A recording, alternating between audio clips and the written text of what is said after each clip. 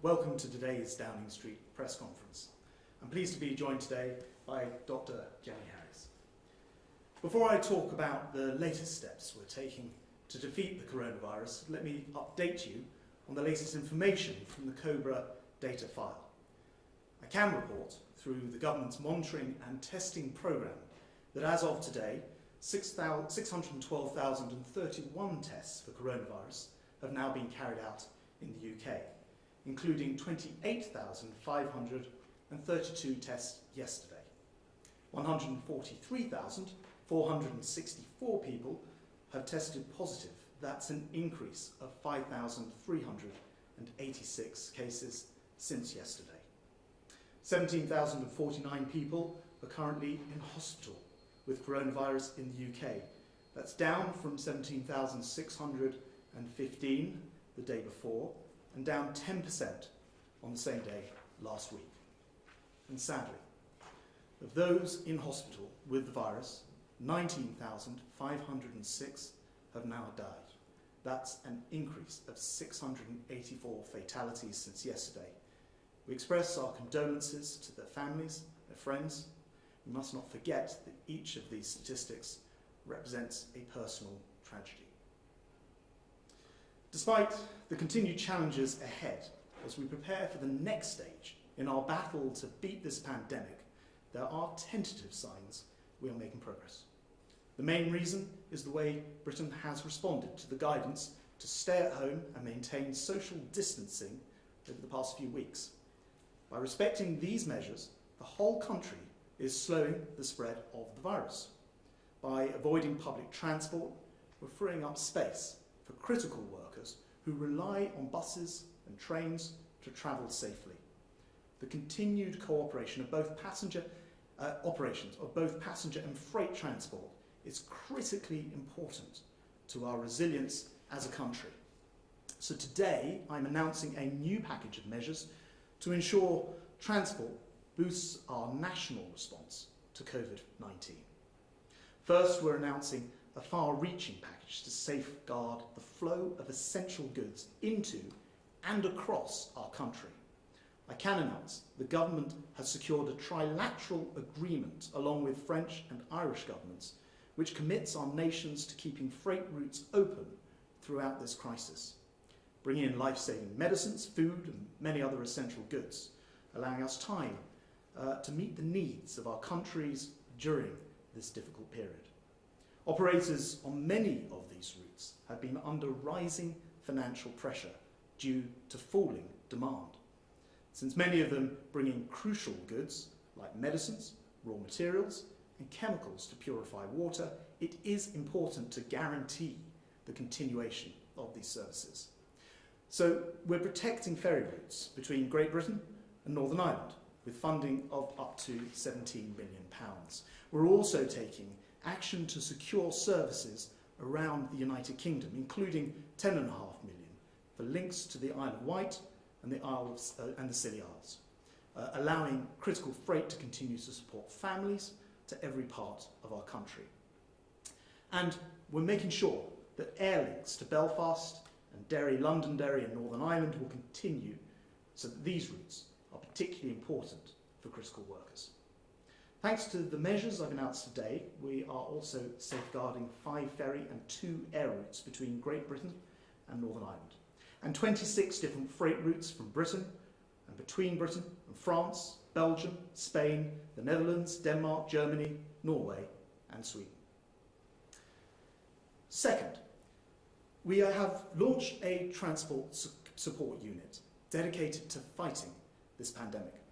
At the beginning of the crisis, we reduced services like rail and buses while securing their continuation to enable critical workers could make their way on essential journeys.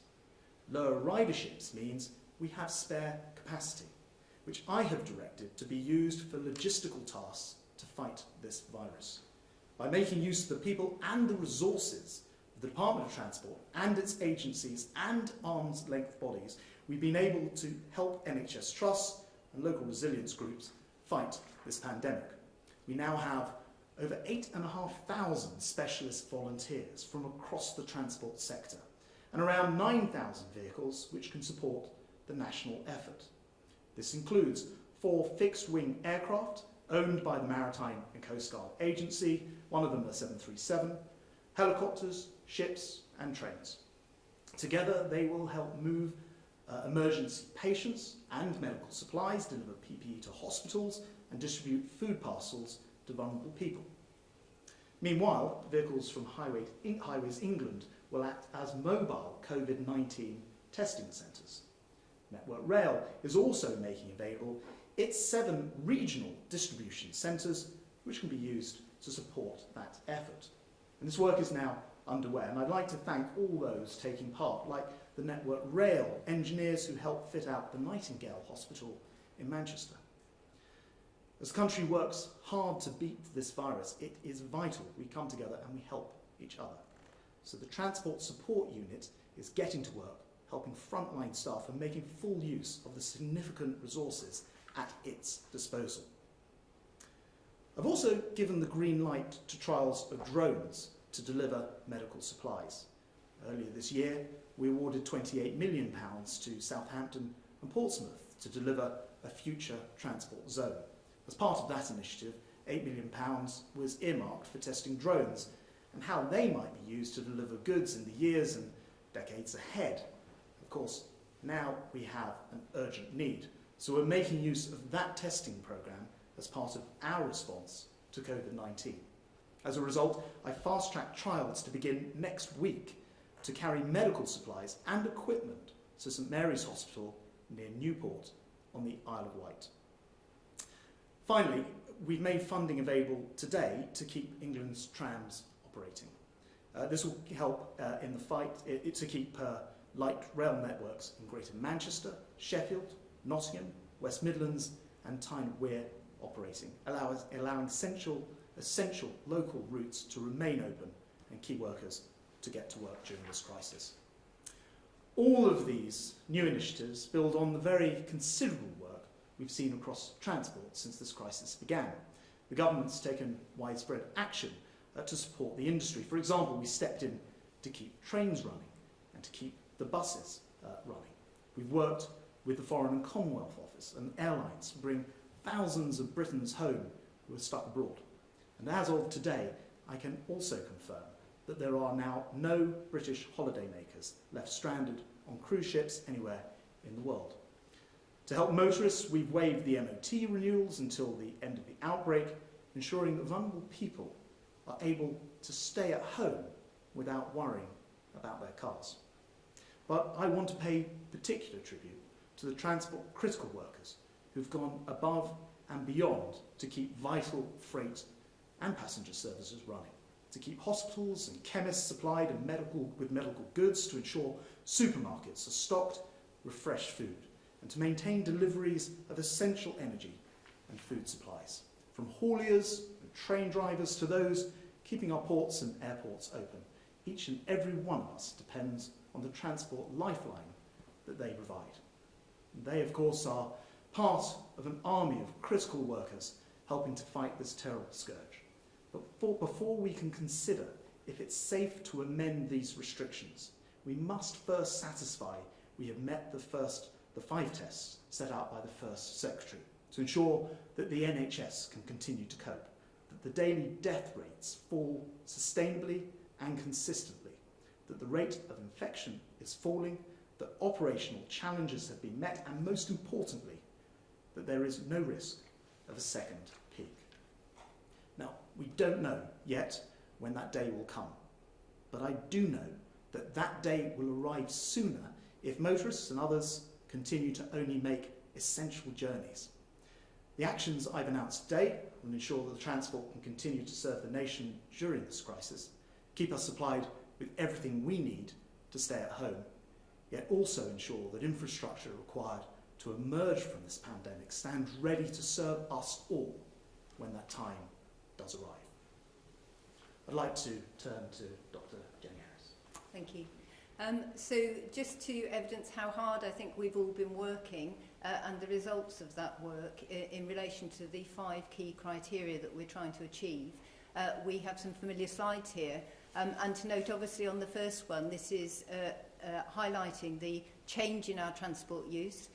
It was right down to 59% lower than the first week of February.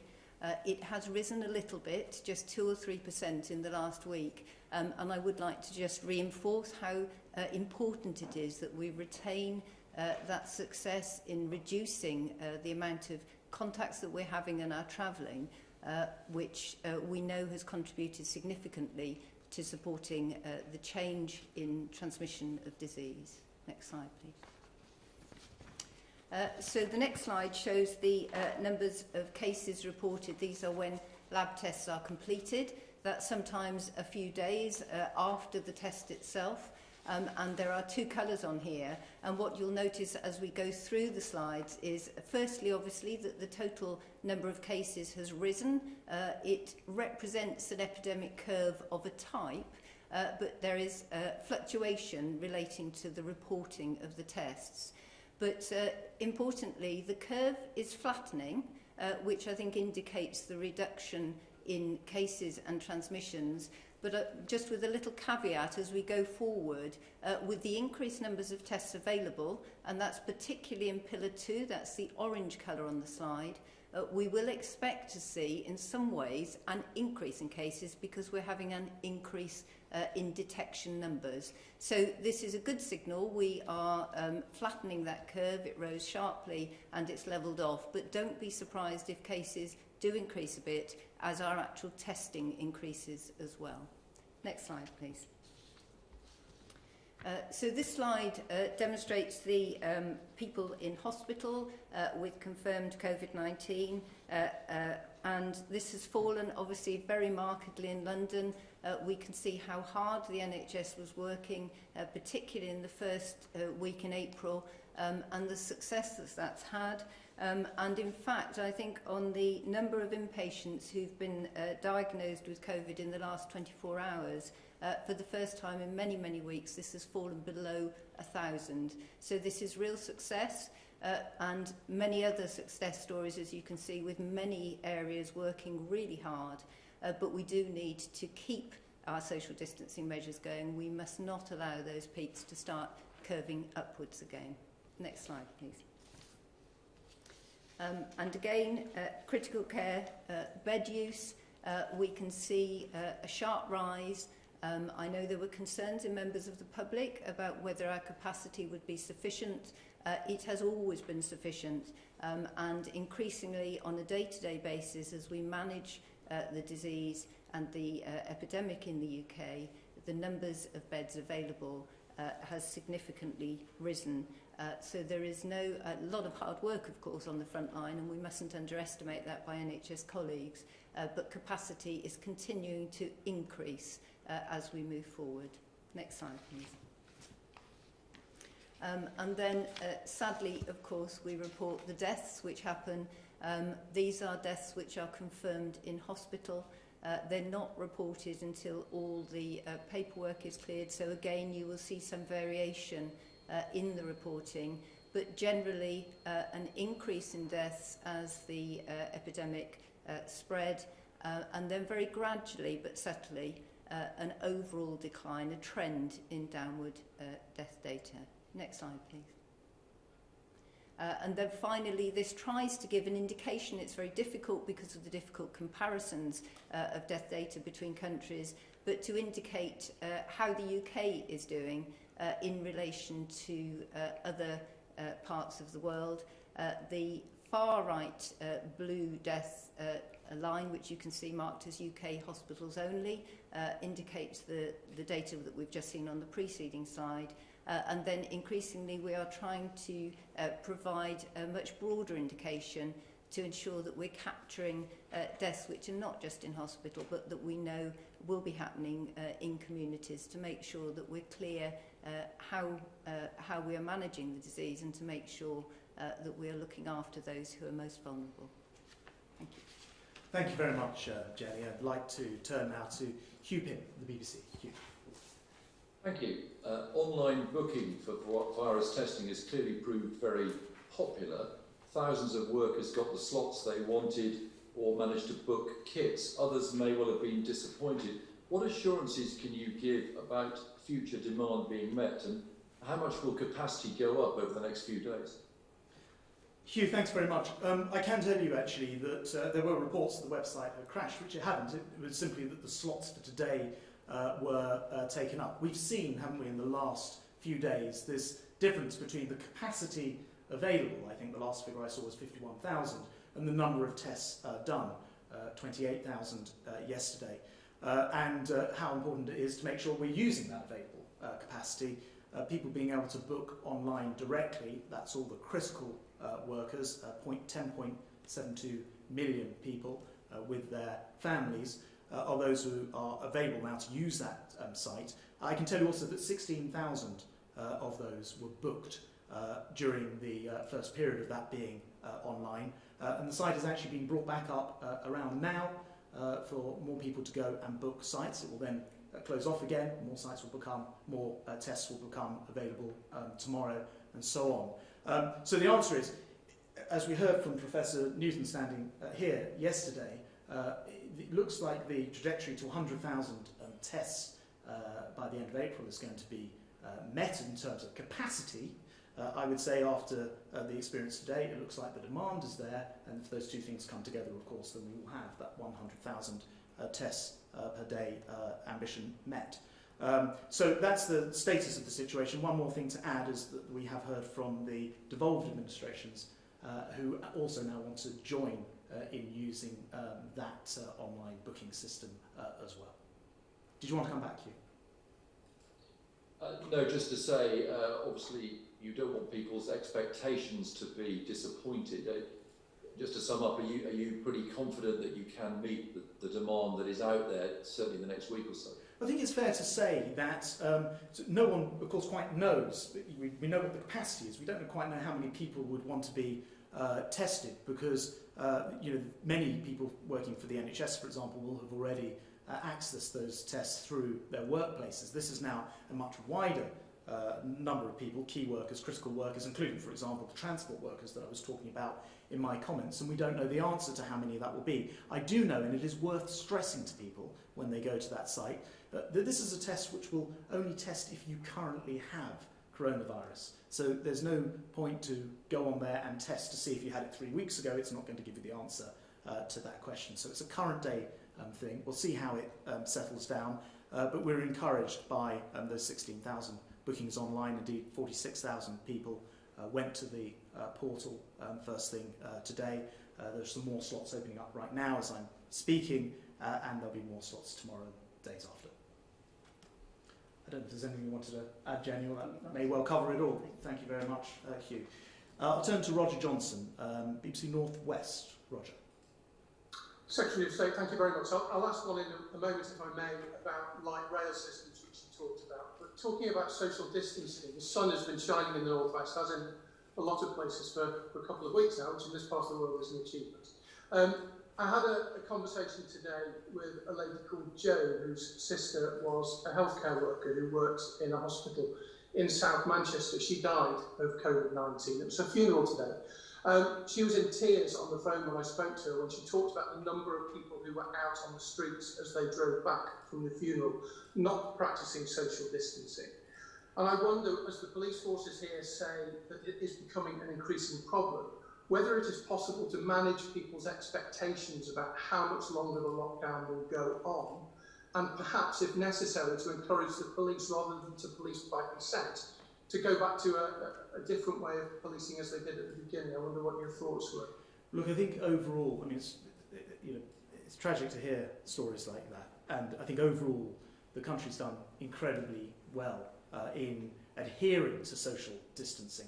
And there is a danger as we go into yet another warm, sunny weekend that people think that perhaps these graphs are showing that the peak is over.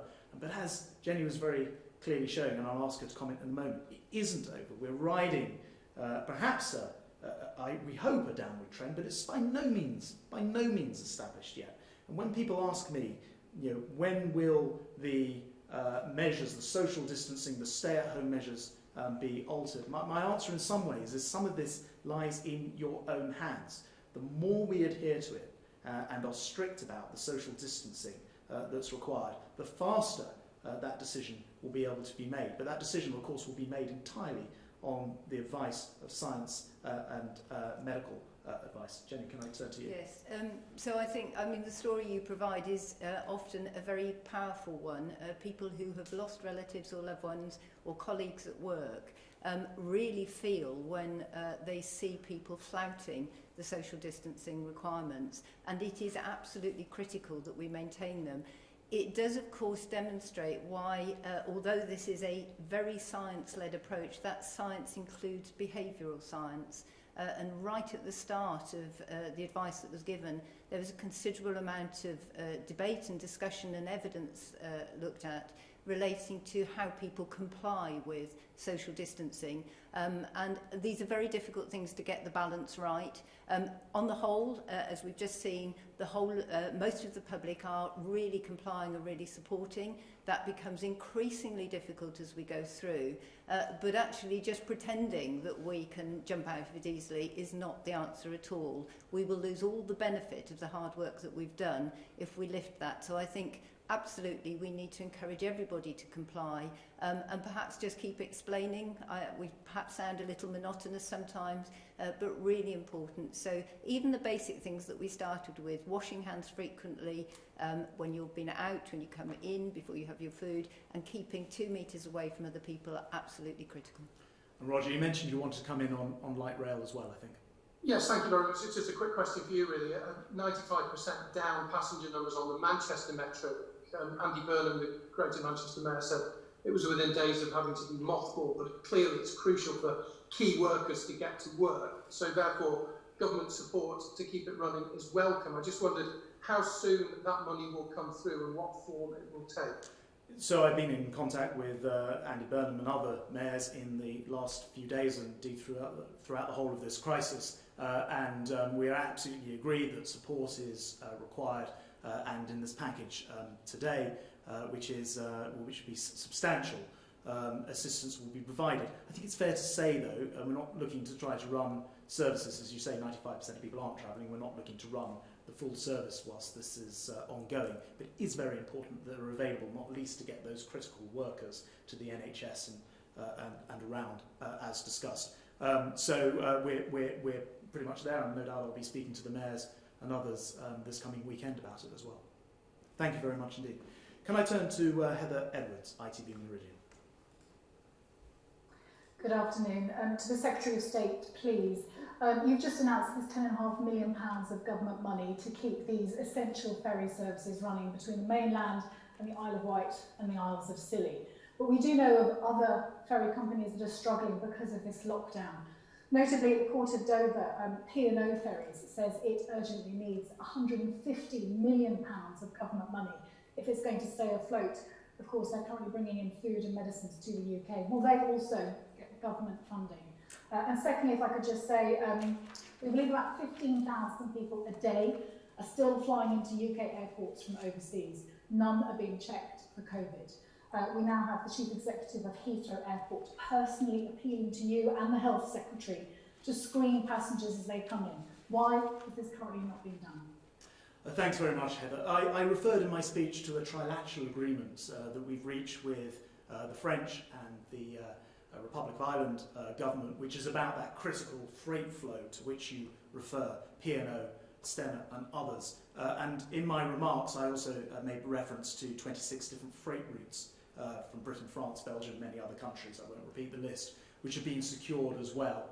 That is in addition to those freight services and transport services, which have been secured to places like the Isle of Wight, and also the links from Great Britain to Northern Ireland. So all of those things are included in the package and will ensure that a minimum level of service is provided so people can go to the shops and be confident that the goods are back on the shelves and remain there as they are now throughout the rest of this crisis. Look, with regards to flights, it is the case that, of course, people have been able to fly here. The numbers are down massively. There's probably only 4 or 5% of the flights that were taking place before this crisis, and the load factors are very low. Quite a lot of the people returning, 1.3 million of them I think so far, have been British nationals abroad who wouldn't have been able to come back had it not been for those flights.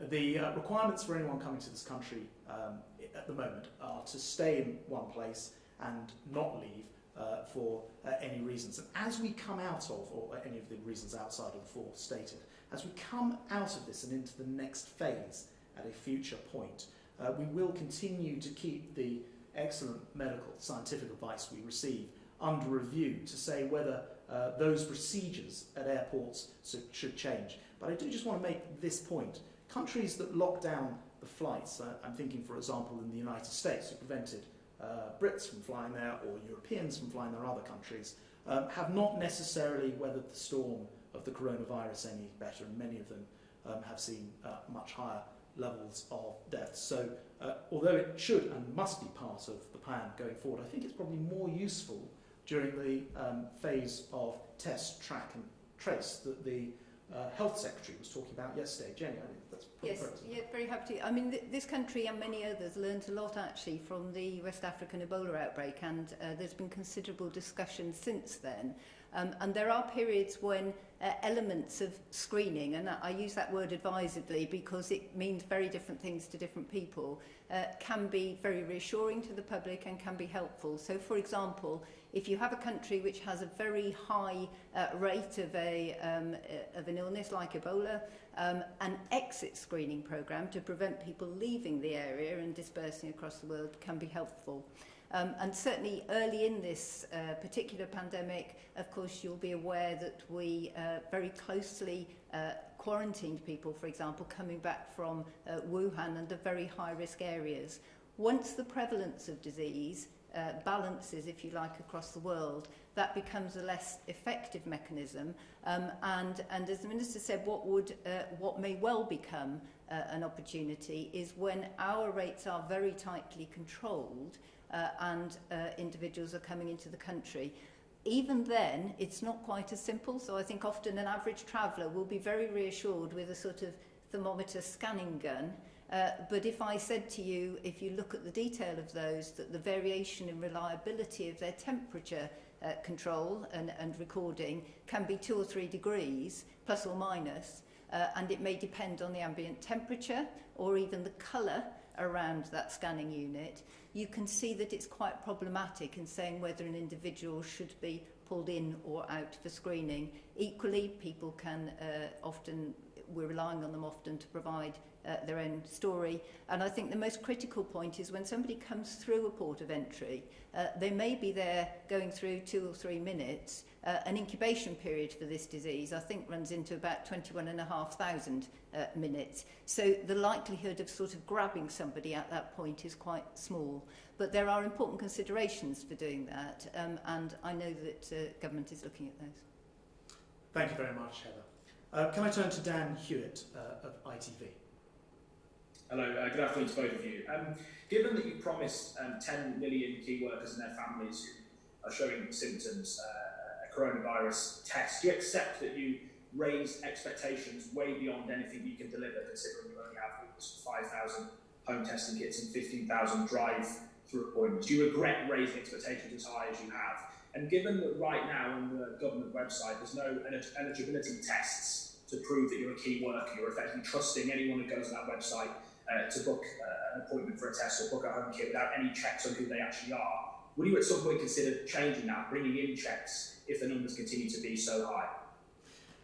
Thank you. Look, we'll always keep this under review, particularly the operation of that website. But I think it is true to say that it's although there are, as you say, 10 million or 10.72 million is the actual figure, key workers and families, or households, I should say more accurately, who are eligible. As I stressed before, there's actually no point taking a test, I think, from a medical point of view. I'd defer to Jenny on this, unless you think you have some symptoms, unless you have a reason to be taking it, and particularly no point in taking a test if you already had it 3 weeks ago, or you suspected you did. You've probably missed the boat, I think. But look, in terms of expectation management and the rest of it, the Health Secretary stood here, made a very clear pledge at the beginning of the month. A lot of people thought it would be difficult to achieve, to get to 100,000. We can see capacity has been rising very fast. Then people quite rightly said, well, what about the demand for these tests? You're not just getting through enough of them.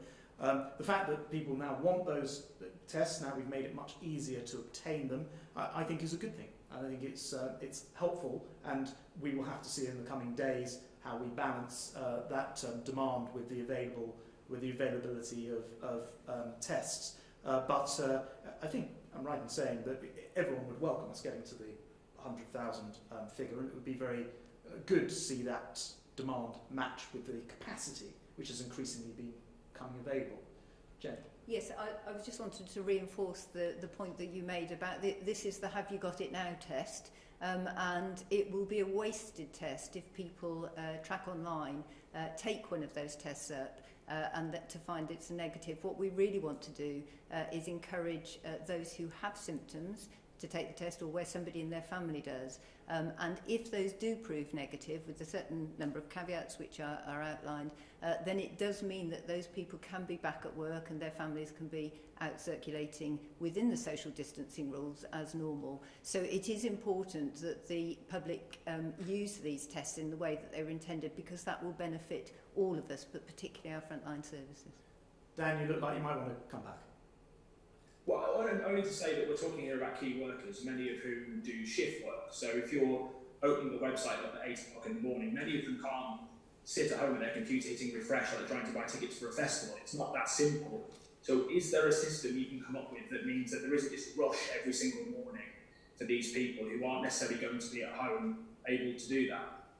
Well, look, actually, I think one of the things I should mention is yesterday one of the slides showed there were 27 drive-through sites. I can tell you today there are now 31 regional drive-through sites. So we're making it easier by having more of these for people to be able to get to them quicker.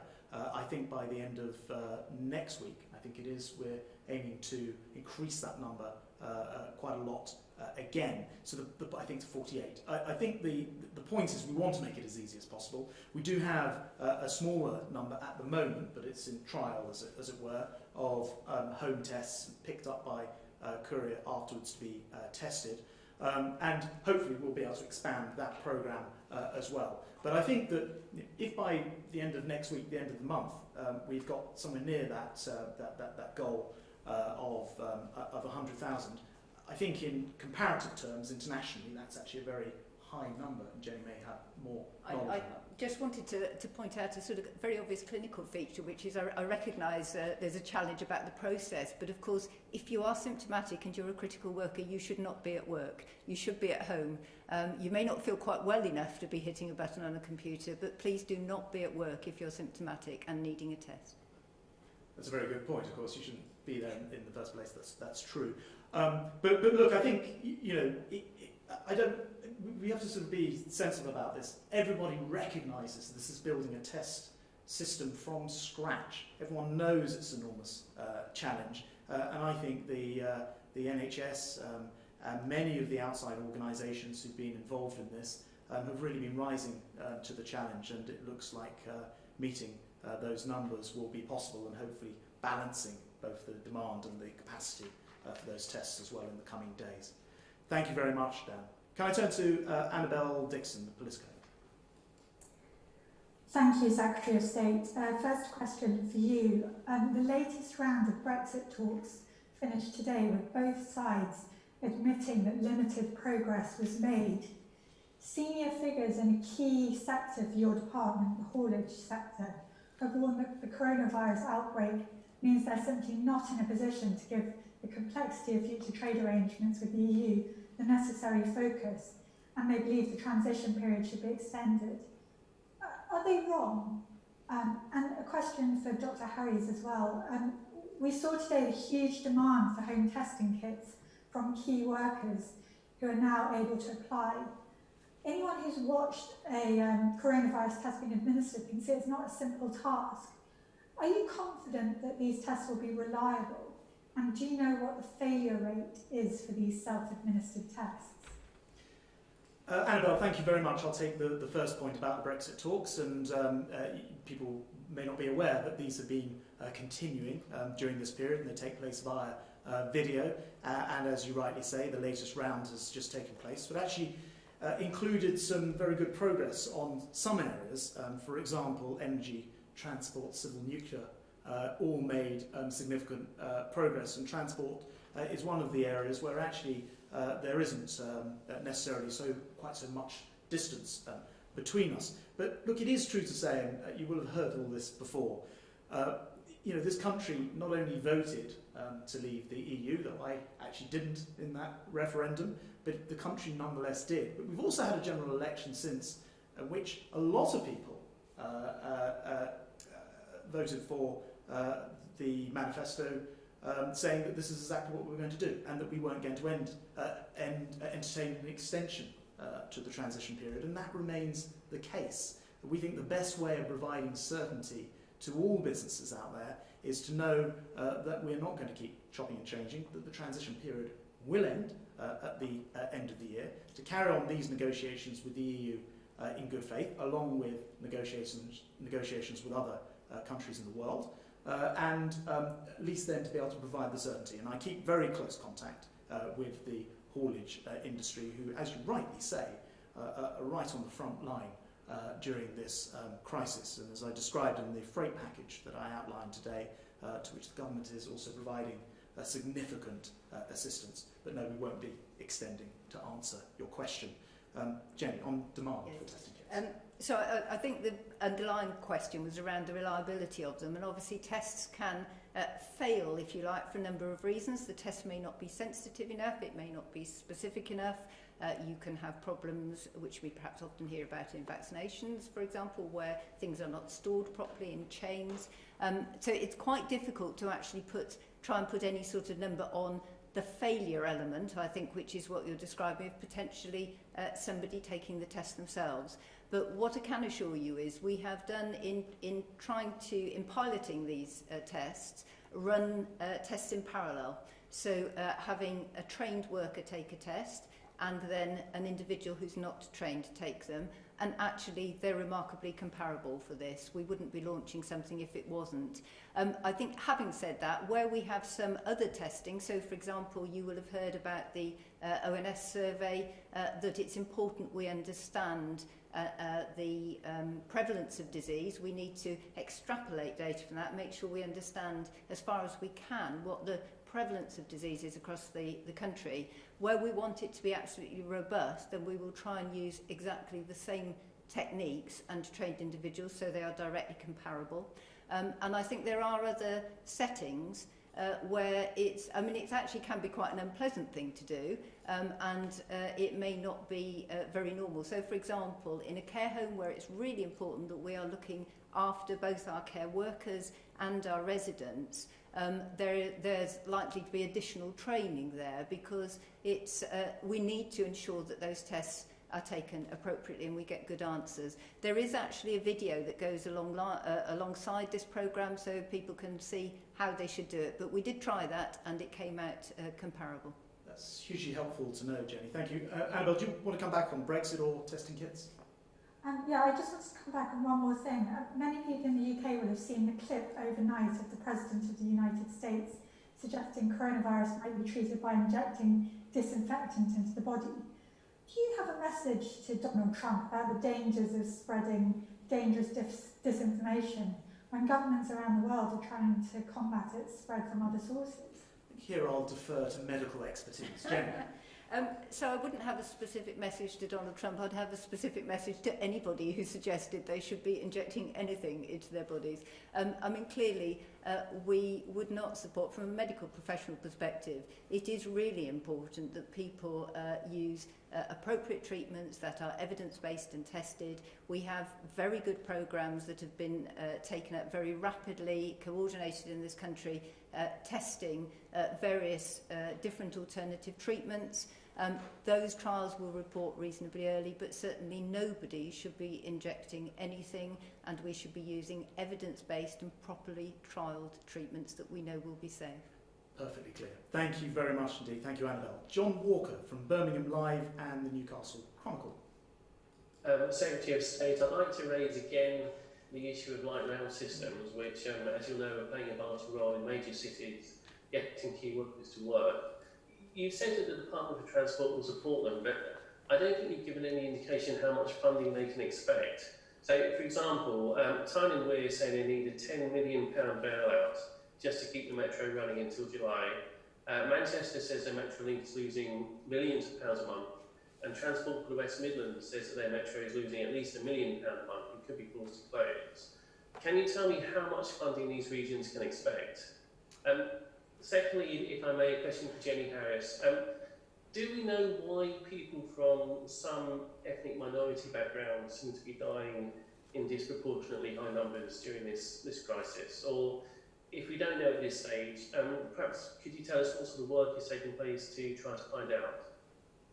Thanks very much, John. To answer your question, no, I don't have the actual figure for you, and that's because we're still in discussions with the various different systems, and also discussing the level to which that they should be continuing to provide service, and also other assistance that they're able to access. This is a package which runs into the millions. It's not a small endeavour to do this, and I mentioned the particular systems to which it will apply. More details soon.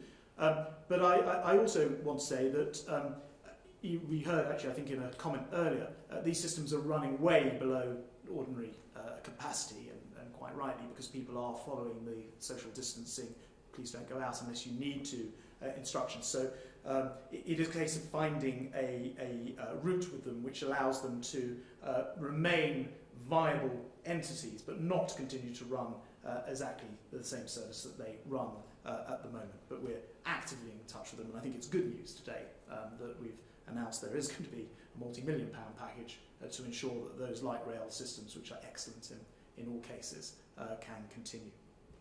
Jenny. Thank you. So this is a hugely important and hugely complex subject, so you actually may wish to stop me if I get into full flow. It's really important when we look at disease prevalence and severity, and particularly which individuals are losing their lives, we always look at different characteristics, whether that be gender, whether it be age, or in this case our focus is on black and minority ethnic groups, and trying to untangle all of the different elements that might indicate that there was an excess of severe disease, an excess of catching the disease in the first place, or even more importantly, those people who die from the disease, is very complex.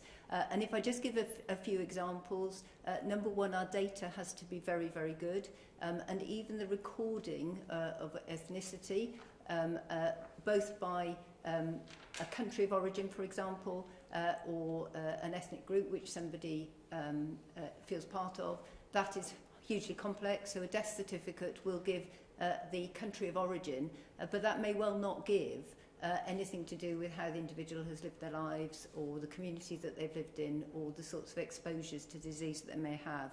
So there is a huge amount of work ongoing on this. As soon as there was an issue potentially identified, and I say potentially because I think we need to wait until we have very, very clear data. There was a meeting of senior clinical professionals, and Public Health England announced, or it was announced a couple of days ago, Public Health England will be doing a very detailed review into this. The sorts of things that need to be looked at, and I know will be, it's not just as simple as the ethnic position, but it will be things like, for example, what other conditions we know that individuals from particular ethnic backgrounds suffer from. So hypertension, high blood pressure, is something which we know carries an increased risk of severe disease and poor outcomes in COVID, and that is also more prevalent in some ethnic minorities. So it's actually untangling this. I think the other things, though, are there some very important things. It's not just the underlying conditions, it's also about how people live their lives. So this disease will transmit more. We're all taking social distancing measures if we're very close together. So people who live in close communities may well have poorer outcomes, or more likely to transmit disease. And obviously also many of our black and minority ethnic groups are in different elements of socio-economic status, and that is a really important point that also needs to be considered. I think the final point I'd just make is that actually it's really important that we engage with those communities to understand. And in this country, we have very, very high representation in the NHS, so huge numbers of workers in the NHS and in our frontline care services are from minority ethnic groups, and so we need to understand how they are represented. I know, for example, in healthcare, in the very sad deaths in health workers, it may be that that is proportionate to the very high benefit that they provide to our health service, in the sense they are overrepresented. I think it's about 45% of doctors in the London area, for example, are from minority ethnic groups. So very, very complex. All of those things need to be considered, and they are under very active consideration. Thank you very much indeed, Jenny. I know it's also true to say that something that Public Health England are also looking into. Lastly, can I turn to Harrison Jones at the Metro, please? Thanks very much, Grant. The Health Secretary promised 100,000 tests would be carried out daily by the end of the month, before the goalpost was seemingly moved to talk about our capacity for testing. We hit less than 29,000 tests today. When will we reach the Prime Minister's previous target of 250,000? And how and when will testing be opened up beyond key workers and their families? And if I may, just an extra question on contact tracing and the new NHS app. Are we expecting to follow a similar model to South Korea, which involves the public's movements being tracked by a mobile phone GPS? Thanks very much, Harrison. So, look, on the 100,000, this is the number of tests versus the capacity, and it's a well-worn discussion. I think what we've been finding is the capacity has been rising pretty fast. As I mentioned, Professor Newton just yesterday says that he thinks we're going to get to that 100,000 ambition by the end of the month. I think we can see that because the additional testing facilities are coming online, and these are sort of super labs, and they're starting to look at the automation of those to make them even faster. The problem has been that there haven't been sufficient people being tested coming forward through the route, which is quite convoluted, of course, of somebody having to go through their employer, perhaps the NHS or a care home, in order to take that test. What we've seen today is there is excess demand for tests out there, and I can therefore confidently say, adding the two figures that you mentioned, the 28,000 who were tested yesterday through the ordinary system and the 16,000 or so that I mentioned today, that the numbers are going to be rising pretty sharply and quite fast. So I think that all backs what was said yesterday, that the number of tests as well as the capacity, so the tests as well, look like they are all headed in the right direction, and we look forward to seeing that. I think the Prime Minister mentioned 250,000 as an ambition without a particular timetable. The important thing, which leads into your second question, is why we're doing this, and the contact testing, tracing is absolutely vital to it. My understanding of the technology is that the app uses a sort of Bluetooth signal to completely anonymously be able to check who's been within a Bluetooth range and then use that as part of the contact tracing follow-up. I think that's the correct technical explanation on it. Jenny may have something to add, and I think you want to come back in, Harrison. Shall I just add a little bit to that? So I think the ambition, as you say, is to digitalise some of this process, to try and support measures that can bring us back out of some of the social distancing restrictions. Clearly, I'm sure we only have to look at our own families to think how many, usually the younger generation, have got the right sort of mobile phones and would be quite happily working that way. And as you work up the years, grandparents and things who perhaps don't. So having a single model around track and trace is not going to be possible. It will require a certain proportion of us to be using those phones. It will require very rapid testing of the key individual and very strict compliance of all of those who are triggered, if you like, who said you've been near somebody who may have symptoms of coronavirus. to take appropriate action. So I think there's quite a lot of work to keep going on that, and we are likely to have some sort of hybrid response in order to manage both the digital side and human nature. But exactly heading in the right direction, and obviously the testing in that scenario will be really important. We heard yesterday about the 18,000 contact tracing people. I think it's also true to say you require quite high take-up of the app to make it useful, and this will be another great national effort required. It will be an NHS app, and I know that how people feel about supporting our NHS. This will be a new way to show support for it when that's available. And finally, I'll just come back to you, Harrison. Thanks. Yeah, just on the 250,000 target, Boris Johnson talked about the 25th of March. Do you have a date when that 250,000 target is going to be reached, or is it just going to stay as an ambition? I think it was an ambition from the Prime Minister, and actually I think the fact that we've been able to go from, I recall, I think when the Health Secretary was talking about this, 7,000 tests a day were being carried out on average each day, and it now looks likely we'll get certainly to the 100,000 capacity, and quite likely to the testing of 100,000 a day as well. Shows what we can achieve, and I do pay huge tribute to the many different organisations who've been involved in getting us there, not just Public Health England, but the private labs, the universities, and the enormous scale-up that's been required to achieve something which looked like a very ambitious, indeed was a very, very ambitious target. Harrison, thank you very much indeed. I just wanted to finish by saying that we're often asked about when this particular phase can come to an end, and in many ways the answer to that I think lies in our own hands. This is going to be another sunny weekend. We know that we've made a lot of great gains that Jenny has been explaining to us in those graphs earlier of flattening the curve, but it's absolutely essential that we do not let that slip this weekend, and the message as ever remains the same, to stay home, protect the NHS and therefore save lives. Thank you very much indeed. Thank you.